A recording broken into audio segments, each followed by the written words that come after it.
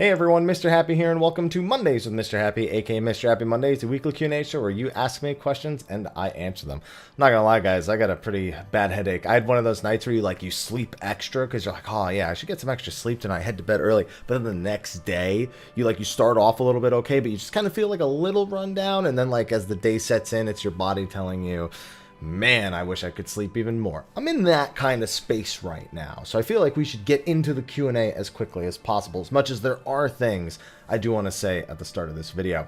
But let's get right into it, because let's not drag this out anymore. Last week I was a little irritable, I feel like, almost in my responses, and I'd rather not duplicate that, so I'll try my best this week. Before we go anywhere, though, thank you to our sponsors over on Patreon, who have been supporting the channel even through these tougher times. Their names are scrolling, and honestly, there's people who technically aren't on that list. I'm leaving their names on there because the time being, I got to be grateful for every single person who clicks on a video, who supports the channel in any way, or has supported the channel in recent times. Also to our patrons of darkness, Khuja Cross on Jenova and Kurenai Oni, thank you to them as well. It's been awesome having you all supporting the channel. It's been awesome having everyone clicking and asking questions, and hopefully you've been enjoying some of the recent new player focus series, and we'll be having more of those coming in the coming weeks. With that, let's just get to the Q&A, shall we? Oh boy, the first question is the word spoiler. Let me see. If this is a spoiler question, I'll throw it in the spoiler section. Hashtag Mr. Happy Mondays. Hey Haps, how do you do? I do okay. You do okay? I do okay. Two questions. One of them have some minor spoilers. Let's see. Is it? Oh yeah, Garland. No, I don't really think this one is all that bad, because we've known since the expansion was announced that they said that we would deal with the Garlean threat. Honestly, we've almost had more of that in recent patches, like in the side stuff, than the main scenario. Like, the main scenario has bits and pieces of it, but with dealing with the Ascians, I mean, the goals are tangential in a way, but there's things that are being done in the main scenario right now that have me very curious for the future. Do I think it's too early to wrap up those current storylines, Garleans and Ascians? I'm not really convinced the Garlean storyline will be done by the time we're through 5.x. As much as they led with that, I think it's more of an homage to who the primary threat of the 5.0 patch was, but we'll know for certain really in 5.3, so we might have to leave this answer for things like that. We do know there's a bunch of minor Ascians. I've been reminded of things like that are still around, or at least we have to presume are around, because we haven't witnessed their deaths or necessarily heard about it. But it's a question of, will the lesser Ascians become just as much a threat as the major ones? Because at this point, it's literally on what feels like one unsundered shoulder. And yeah, I know. I think Garlemald, though, even though we're dealing with things like the weapon project and the Boston front, that's still going to be a lingering threat. I feel like that threat has almost now transcended what it initially was supposed to be, and is now on a whole nother playing field in regards to being a power vacuum, plus one of its major players being a little bit more gifted than we initially anticipated. And question number 2, what are your thoughts on bosses that interact with the arena and how they affect fight design in 14, a la Shinryu and the Eden versions of Leviathan, Titan, and Ramu? I want to see more of these. I agree. I think that when done intelligently, it can be a lot more fun than when it's done arbitrarily. A great example of one that I don't particularly enjoy is going all the way back to Caduceus in the Binding Coil turn 1. His arena had basically little crystal sections that while the fight was active, if you stood on them, they dealt damage, but you also had to use them to travel to and from a platform. And if those platforms were the special platforms, then it was one little added element. It didn't really feel like it added a whole lot to the fight, and it just added this kind of awkward, I don't know what the word is for it. It didn't, looking back, it didn't really serve the fight purpose as much as one would have hoped. I feel like there were ways to make that more interactive, because it was literally, if you got that one, you just had to eat taking more damage, and it was RNG whether or not you even got that one to appear for the slime spawning. And I don't think it added as much. I'd prefer to see something more consistent, like, the arena having platforms that are separated by crystals, and stepping on the crystal being bad still, but needing to travel across it, instead of it just being this one platform that if it's off to the side and it happens to be the one selected. So things like Leviathan, Titan, Ramu, Shinryu, I liked those. They still kind of adhere to Final Fantasy XIV's rigidness in terms of its arena design, but they take elements of it and make it part of the fight, especially Titan, with the use of the elevation and positioning markers and destroying the arena and placing markers, the squares themselves. Again, it's very rigid, but I feel like from time to time, there's some interesting things that can be done with that. And they've done it in the past. Even the original Ramu had the water on the outside whenever it got struck by lightning, and there's been other elements to that in the past. But yeah, they've they can do more interesting stuff, and I hope they continue to explore it without kind of going outside of the box of what something like Caduceus and even Turn 2 of the Binding Coil to some degree. Turn 5 was a great example of when they screwed up terrain. But I hope they continue to explore, I guess, kind of more succinct execution of that kind of design. Man, right above this it said, I don't think we'll ever see Burmesians. Listen, I'm not even a big Final Fantasy IX fan, but Burmesians were cool. Come on, you gotta have a, come on. Listen, if all these people with the Evolution races before we had Evolution can have hope, I can have hope. Hashtag Mr. Happy Mondays. Hey, how's it going, boss? Yo, I say boss to people all the time. It's like my favorite thing to say to people when like they're communicating something, be like, yo, you got a boss. Maybe it's just because maybe I don't know. Maybe I just got like, I don't got those dominant genes, so I just call everyone boss. You know, since people want Trust to be backward compatible, you think they could rework Squadrons that are unlocked? So I actually just covered this in a video, but yeah, Squadrons unlocking at level 20, right when you join the Grand Company as part of the main scenario, I think is something they really need to consider doing. Squadrons as a feature are kind of just too hidden, and it's such a tangential feature in regards to like how useful it is to the individual player, that introducing it and forcing players to become acquainted to it at an earlier point in time would be better from an educational standpoint and from an overall usefulness of the content standpoint. It could serve exactly the bill they need trusts to fill for the old Realm Reborn, Heavensward, and Stormblood dungeons, since trusts, again, aren't backward compatible, as you've stated. And it would encourage them maybe to look at the system a little bit more, give it some fixes, update it a little bit more frequently, because there would be more interaction with the feature overall. So yes, I do think that they should revisit Squadrons, rework them, make them available earlier, give them access to dungeons with a little bit less effort. And I know it's a lot of streamlining, and that's not something people always want to hear, but with something, again, such an ancillary feature in regards to the Squadrons, that I just don't think it behooves them to have it in its current form anymore. Oh boy, this one looks like it has a lot of text. Hashtag Mr. Happy Mondays. Hey man, how's it going? It's going good. Like I said, a little bit of a headache. I took an aspirin before this, and I'm doing a little better. I got some water, some hydration right here. That's always good. It's been a long time since I've heard any mention about headgear for VR and Hrothgar. Okay, I thought they were announced. They said headgear compatibility would be added over time. Yes, they did indeed say that. I think was that mine? Was that my interview where they said that? No, I don't think it was, actually. It seems progress has been made on that front. So I would assume that it's not so much no progress has been made on that front, but instead of doing it piecemeal, like they kind of seemed like they were going to make it, at this point, when a bulk of it is done, that's when it'll be released. Because I think realistically, the big problem is not each individual headpiece. It's they need to completely rework the framework for the piece. So basically every type of piece, regardless of how it appears on the character, has sort of like an interaction framework with the actual character model. Even if it sometimes causes clipping and whatnot, they generally need to have, it sits on top of like a template, and then it's designed on top of that. So the template overall needs to work with the model. And it would be smarter, instead of fixing individual pieces that pre-exist, if they could rework the entire skeleton or the entire template for it, so that when they make future things, they don't need to retroactively fix it. I'm going to assume that's kind of where they're sitting on that, and that among other things, it's probably just something that has some resources being devoted to it, but not a large-scale amount of resources. This is all prediction level stuff based on the way that they've approached certain features in the past like that. As much as I like the new races, they can't wear like 20% of the stuff that on their headpiece. I think it's more than that. I think they can only wear a third of headpieces and have them work properly. Do you think they'll support more? Yeah, I think I've kind of answered that sufficiently. I think it's something that they're working on, but they're working on it at a level that's deeper than just fix old headpieces. They want everything in the future to work smoothly as well. And on top of that, it's probably not demanding as much resource as development of new things are. So it's probably getting, like, to use your number, 20% of the resources thrown to it that maybe some people wish that it had.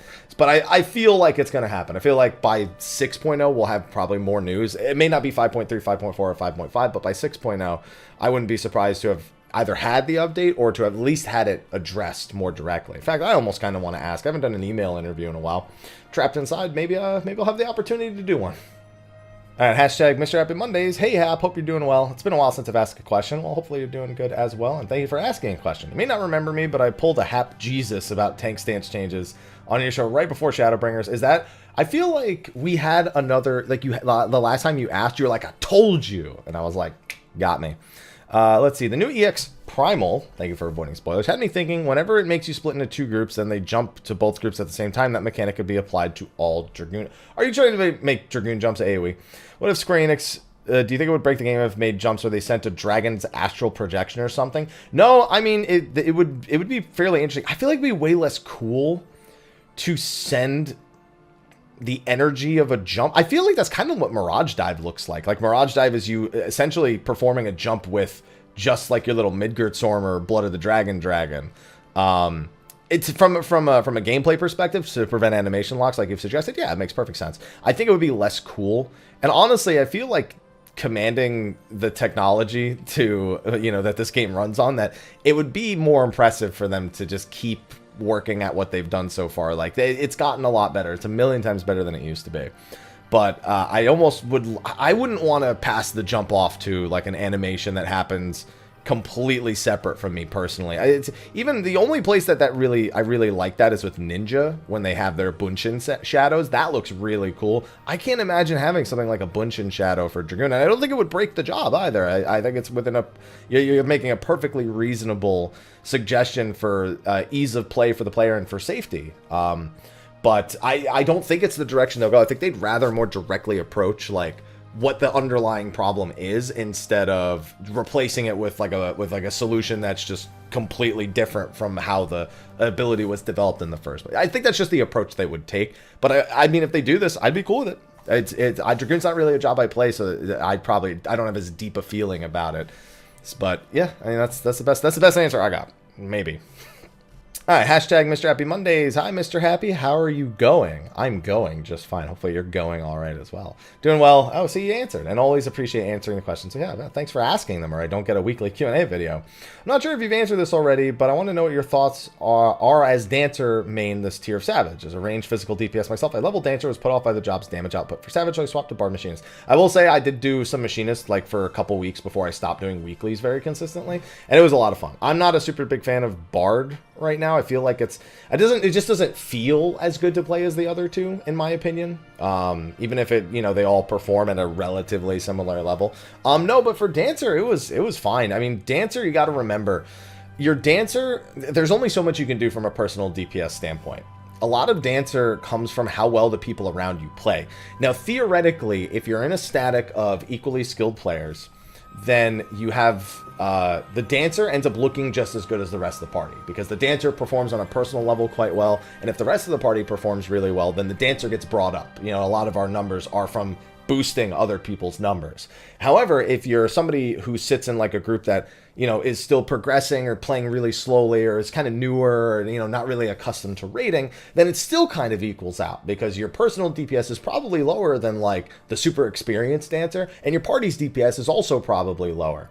Now that means that theoretically, if you were in like a mismatched situation where you as the Dancer had a higher average skill level than the rest of the people you were playing with, then it starts to look not so great. And also on the other side, if you're the lesser skilled Dancer with the higher skilled players, there's like a power discrepancy there that maybe if you were to perform better on another job would look better overall for your numbers. But Dancers, all the jobs honestly right now are super balanced. Like, there are things people don't like about the jobs. There's little things they can nitpick on. Even in my verses, I throw my opinion of not liking Red Mage into the mix. But all that matters is you're a good player right now. That's it. Like, it's such a small difference between all the DPS, especially within each individual role, that's all that matters. So if you don't like Dancer, no one should tell you you have to. If you can play Bard and Machinist well, you enjoy playing them, then how I feel about Dancer is irrelevant, because you're playing two other jobs in the same role that are performing as adequately, and you have more. And if you have more fun playing them, then you've hit the perfect storm of what to play. So I really enjoyed it. I still really enjoy it, but you don't have to. That's just the wonder of Final Fantasy XIV. All right, next one. Hashtag Mr. Happy Mondays. Hope you're doing good. Hope you're doing good as well. Hello. I just have a short question. With both 13 and 15 having collaboration events, I'm assuming you mean in Final Fantasy XIV, I think it's only a matter of time before 7 Remake has one. Do you think it will take as long as the other two, or 7 Remake is an afterthought, or maybe something closer to Monster Hunter? So they very specifically stated that they have not had a consideration for a 7 Remake collaboration event, mostly because of the taxing effort it puts on the development team for 7 Remake. It isn't a one-sided thing. It isn't they go, oh, let's do something for 7 Remake. The teams very closely work together and try to come up with a mutual collaboration. I think 7 Remake is very absorbed in trying to appear and always feel like you're playing Final Fantasy VII Remake. And if there's a fair criticism to 13 and 15, it's that those worlds maybe just are so non-captivating that it almost doesn't feel as intrusive to have stuff from Final Fantasy XIV appear in there. I think with 7, it would be very intrusive if they were to do a mutual collaboration.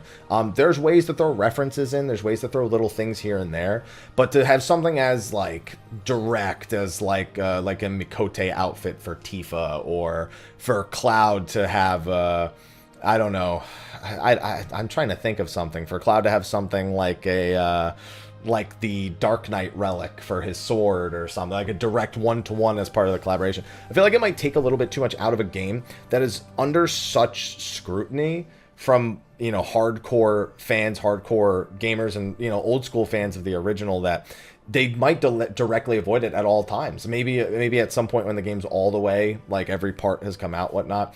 But I think just 14 having stuff that's relevant to 7, like we've seen, we have Cloud's hairstyle, we have minions, we have triple triad cards, we have locations like Costa del Sol, and references to things like the Guard Scorpion. I think we're just sooner to keep seeing things like that like we can call back to 7, but aren't directly a collaboration. I don't think we'll see one, but, you know, Square Enix is Square Enix, and one day they might sit down and go, let's do it, and then it'll happen. It could be as simple as that. So I'm going to say no, but who am I, right?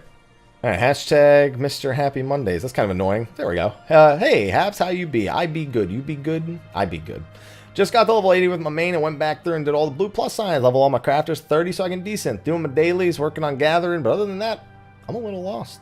I'm going to start raiding. Great. That probably will eliminate the need for this question, I'm almost going to assume. But thought I should get a little higher gear level first. Oh, okay. Is there anything you would suggest doing or making a priority besides grinding out gear? Well, grinding out gear is hardly even necessary. You just need a full set of I-480 crafted stuff right now. Meld it as best you can. If you don't do the hunt, consider participating in the hunt so you can avoid spending gil for your pentameld. If you can't do a pentameld, then just make sure you have at least all the grade 8 materials you can have in. If you want to skip the grade 7s for the overmelts, that's perfectly fine.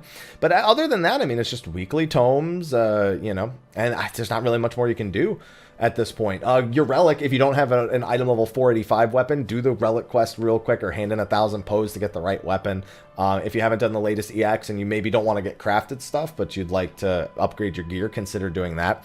But really in 5.3 is when they give you a lot more options for increasing gear. The 24-mans, the hunt's giving you upgrade materials for tomestones to get them to item level 500, new relic steps, all things like that. So as long as you're between like a full armor set of full item level 480 and at least a 485 weapon, you've realistically done everything other than just spending your weekly capped tomes. And there's not really much more anyone can ask from you for that.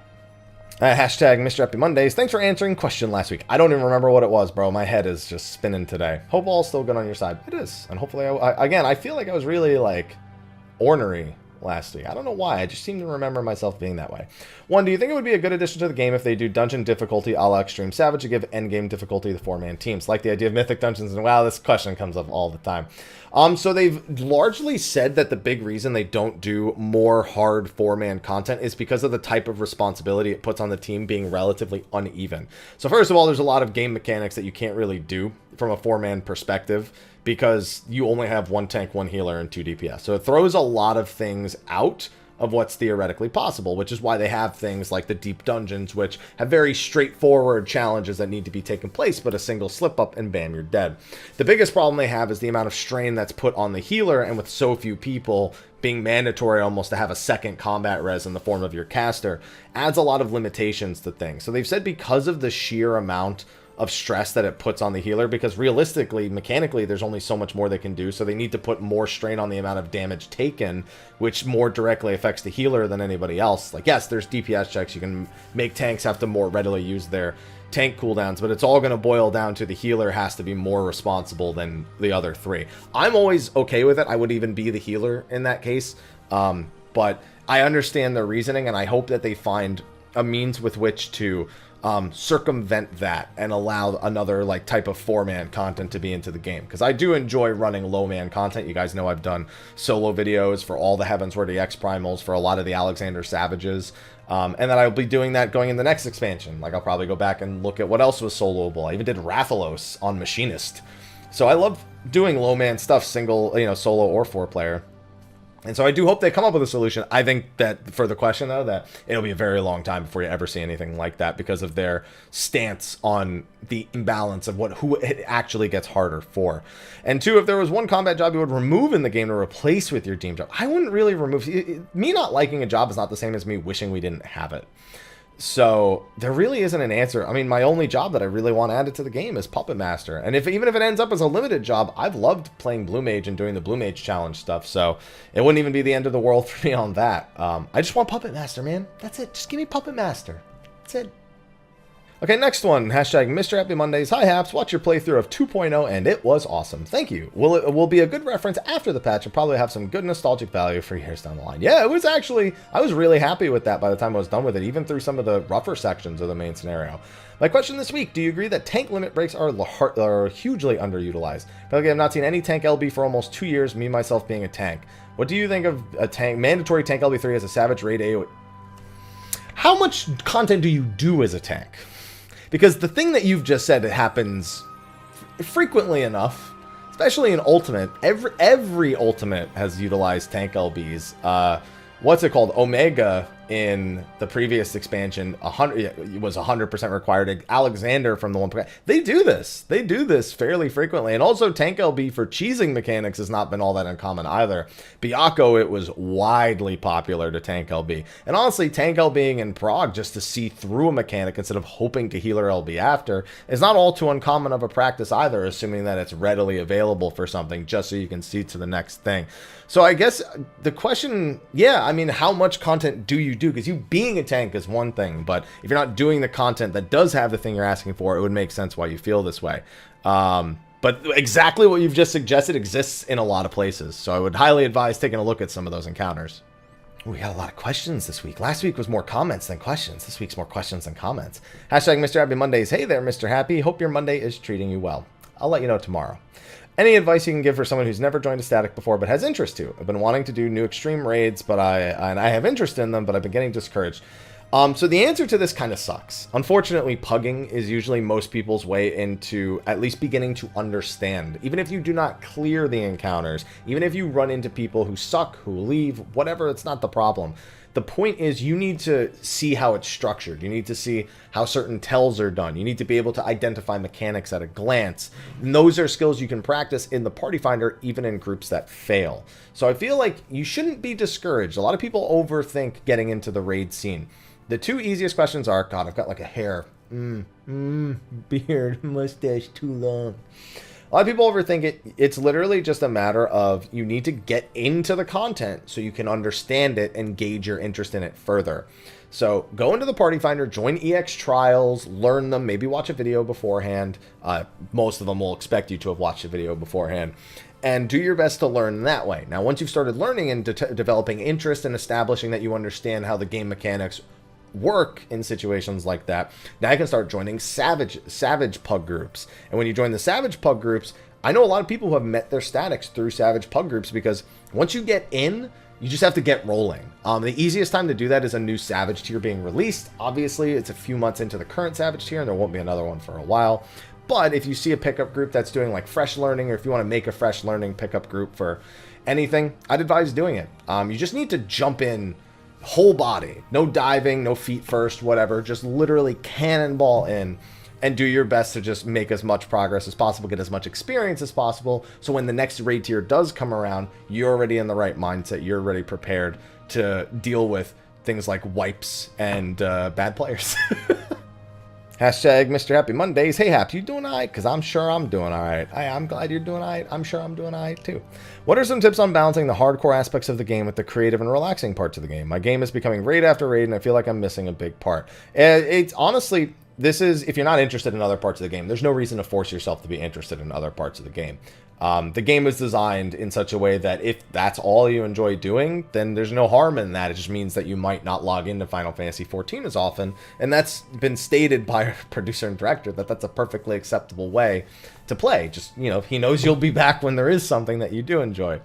You just need to look up features that you think, I haven't really done that before.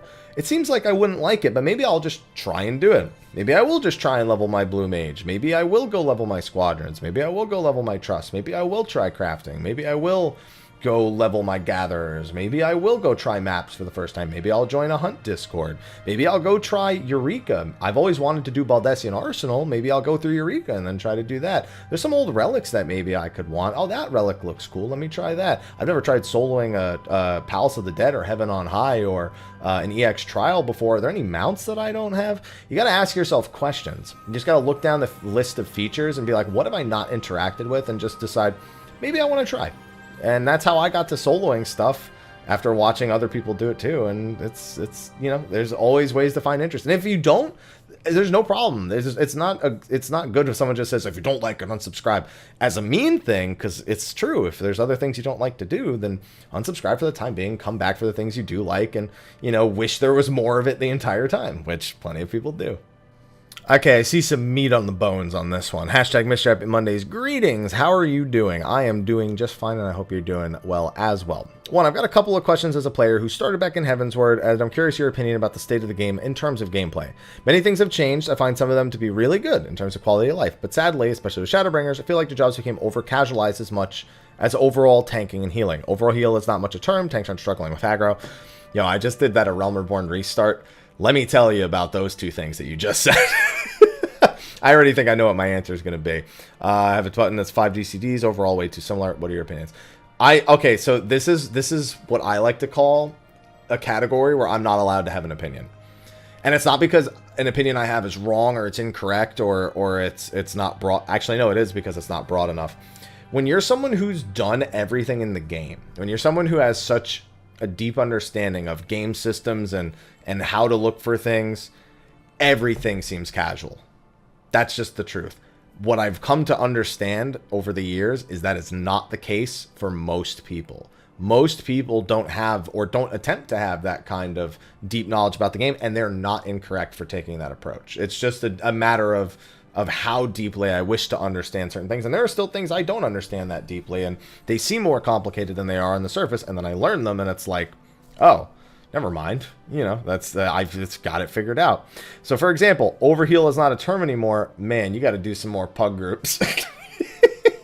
In the very few pug groups I've done, including one where I was the healer. Trust me, it was a term. Tanks not struggling with aggro? No, but they sure do struggle with tank busters. Here's the thing. Good tanks before didn't worry about losing aggro. Good healers before didn't worry about overheal. And it's still the case now. It's just a little bit more accessible to people who are at those lower skill levels or even just lower interest levels. But this is something that's really hard, in my opinion. Anyone who plays hardcore, it's really tough to have an opinion about this stuff, because you're talking about such a small percentage of people that don't have these issues compared to the number of people who don't think about it or do have these issues, that it's just not equatable. I have a feeling the second question is going to be along these same lines. I've done most things. So yeah, you have all the experience that I expected that you probably did have because of the way you were talking, especially someone who joined in Heavensward, which was a monster of an expansion in regards to really damaging the game's hardcore and casual scene in the earlier spots. So what do you do these days except leveling and all? Honestly, the only reason I leveled the alt was for the Realm Reborn restart thing, and it was more curiosity than anything else. When I log in, I honestly get a lot of enjoyment out of doing really little tasks like doing the hunt or treasure maps and things like that. I rarely look much further than that, you know, helping to spawn an S rank or going to an A rank train and making some money along the way, which is what I normally do treasure maps for. And that's it. That's where I have my interest. You know, I've accomplished my solos that I really wanted to set out for. Honestly, Heaven on High and Palace of the Dead solos are still things that are kind of on my noggin, but I feel like I would do them live, and I don't have the capacity to not look at my chat, and I'm sure I'll kill myself inside of Heaven on High if I do that. So yeah, those are really the big things that I like to do, and I just chill and hang out with people. It's like a social platform for me in a lot of ways, but as someone who creates content for a living, I have more of a a social impact with that. Like I can more easily reach people when I'm online playing 14 than the average person who just logs in and whatever social circles they've set up with link shells and free companies. You know, there's only so much they can realistically do. Trying new jobs is also fairly interesting to me, but it's not something I ever want to take into Savages and whatnot, because I don't want to be a hindrance to people when I haven't picked things up. And honestly, I should really get over that, because I'm comfortable on a few jobs, but I'd really like to get more comfortable on more jobs.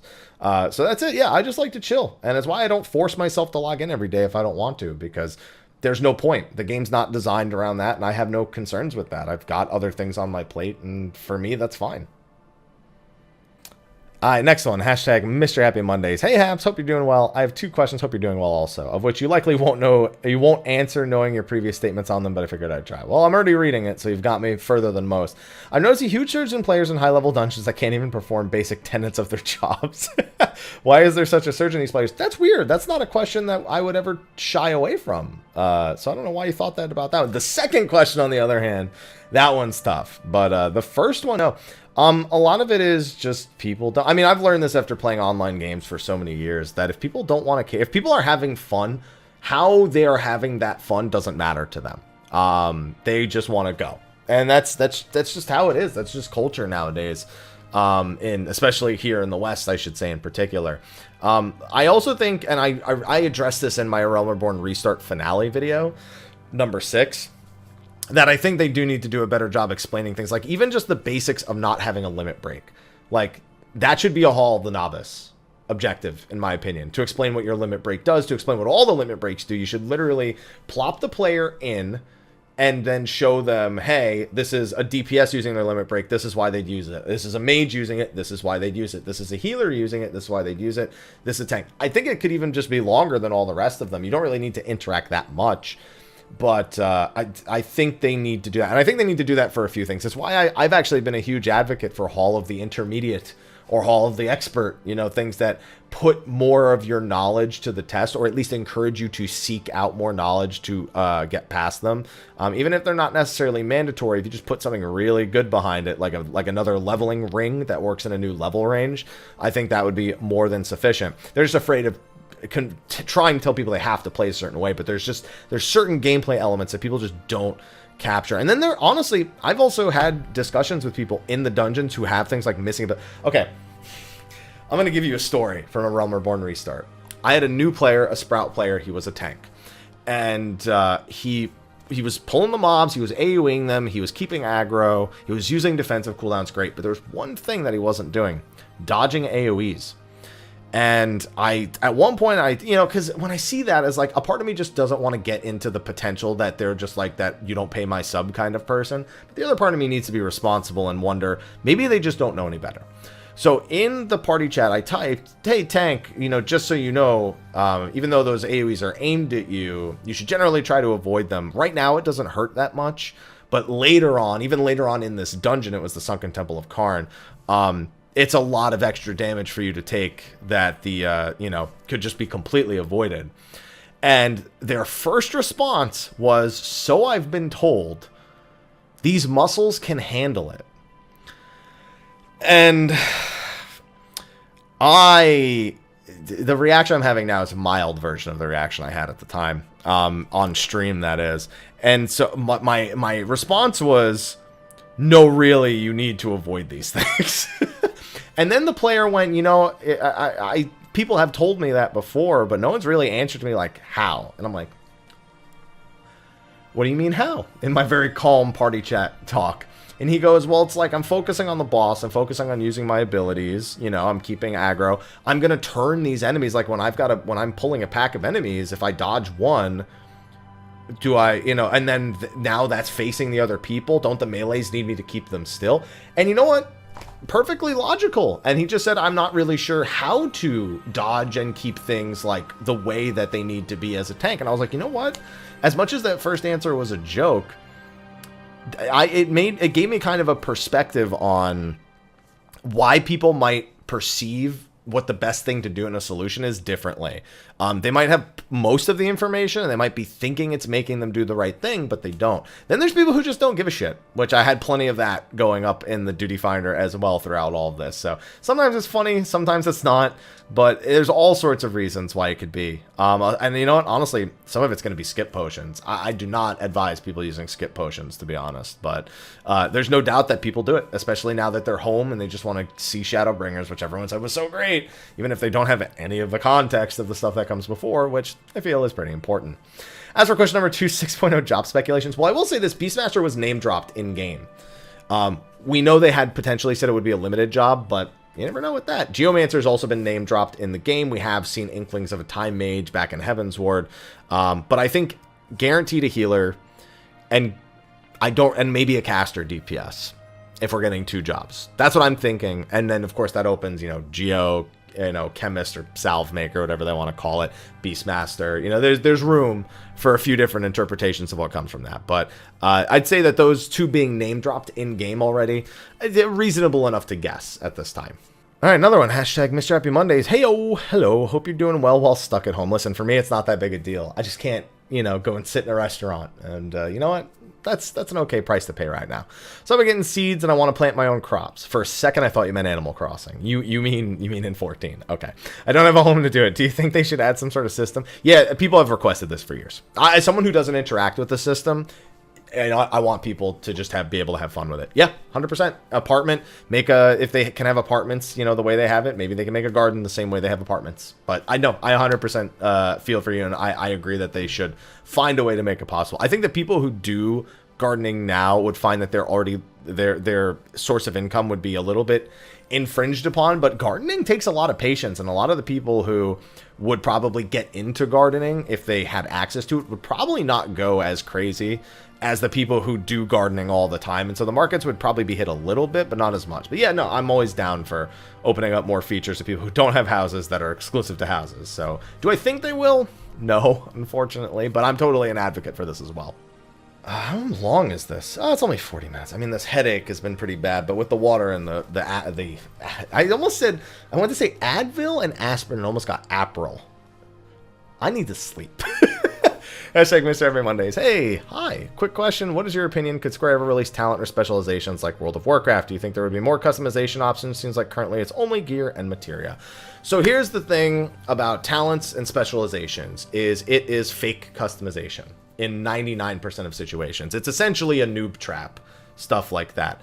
Because in any given situation, there will only be one correct answer in the minds of people like myself who do endgame content. And by releasing a talent tree or a specialization system, you've essentially just given players with less information, less knowledge, or even less care, you've pretty much just given them a way to fuck up. Now, people already fuck up, as we just mentioned from the question before, where they just don't use skills, don't do class quests, don't do job quests. If I cannot convince people, or if people cannot naturally be inclined to look at their HUD guide that tells them where to go next and find their class and job quest, the last thing I want to do is give these people a talent tree or a specialization system. So no, I don't think they'll ever do it. I also don't think they should do it, and not just because of that, because again, realistically, you end up with only one correct choice. I feel like it's more important in World of Warcraft for one particular reason. Every different character is a different class, so it makes more sense because you can get more mileage out of that one character. And if they didn't have a specialization system of any kind, and you just had, I'm Paladin, and I do whatever they tell me Paladin does in World of Warcraft, that would suck for that game. It would be terrible. You'd have to make so many characters, as if it's not already annoying enough that you have to make as many as you do. If you decide you want to play more than one thing, it would just get a million times worse, and I think that would be bad. But for our game, where you can play everything on one character, it's far less important, and also just a great problem to be able to circumvent altogether. All right, next one. Hashtag Mrhappy Mondays. I hope you are doing well and being safe. I'm sorry I did not give you the correct information from last week. Okay, let me see. I want to transfer. Oh, this is only the second week, I think. I've had question change to go 2 or 3 weeks. No, I remember this. Gil, potions, food, wood, or leather. Oh, Okay, so this you would have to have them both in the same free company. So keep in mind there are things that cannot be transferred over. But if both of your characters are in the same free company, which mind you is kind of an annoyance to do because you'll need some other people to help you with that, both to level the free company and to make it, because you can't just make one with just you and your other character. You can put the items in the free company chest and then take them out on the other character. That's probably the only way you're realistically going to be able to achieve this. So that's okay. That makes way more sense. That is the only real way that you're going to be able to do this. Or you're going to need somebody to act as a mediator and literally trade them everything and then log into the other character and pick it all up. But the best option would be to get them both in the same free company and then use the free company chest in order to, you put items in on one character, log out, go on the other character, pull them back out. That's your best option, my friend. Okay, I actually think this video, again, is going on longer, and this headache has actually been killing me, this whole video. But I think that's the last question I'm going to take. There were some other questions that I maybe could have grabbed. There's a couple lore questions I didn't really have good answers to looking back. And then I think there was one other question that I think, there was someone with a first-time question. And it was about a rotting dragon corpse in Mortona. It was a good question to read, but I didn't really have a good answer for it. So I decided not to do that one, or to not include that one, I guess I should say. Was there anything else that I just like skipped over that I'd like to briefly mention? I feel like there is, but we had a lot of questions this week, especially comparatively to the last several weeks. So thank you everyone who asked questions. I'm sorry if I didn't get to yours directly. I'm looking back to see if there's anything in particular, but I don't see anything other than those things that I just mentioned. So thank you everyone who asked questions for asking your questions on this week's episode of Mondays with Mr. Happy. If you have a question, ask it in the comment section of the video below. Hopefully I'll be able to help out with it, and if I can't, well, you'll probably figure it out pretty quick if it's not something I have a particular affinity for and or reasonable enough response to make it worth answering. You'll figure it out quick enough. But thank you again to all our patrons. Thank you to everyone tuning in. Like, favorite, subscribe, and share. You guys know the drill by now, and I'm gonna go get rid of this headache. So thanks everyone for hanging out. I'll see you next time. Until then, take care.